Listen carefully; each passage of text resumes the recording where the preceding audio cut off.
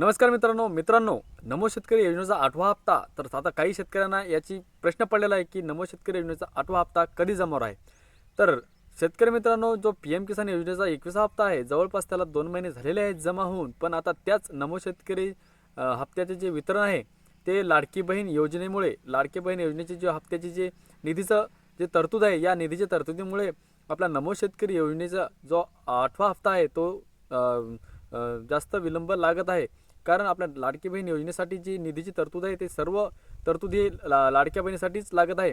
तर आता राज्य शासनाच्या माध्यमातून 8व्या हप्त्यासाठी निधीची तरतूद झाल्यानंतर सर्वप्रथम अपडेट आपल्या चॅनलवर देण्यात येईल. आपल्या चॅनलवर तुम्ही नवीन असाल चॅनल सबस्क्राईब करून ठेवा, कारण असे नवीन अपडेट आपण या चॅनलच्या माध्यमातून देत असतो.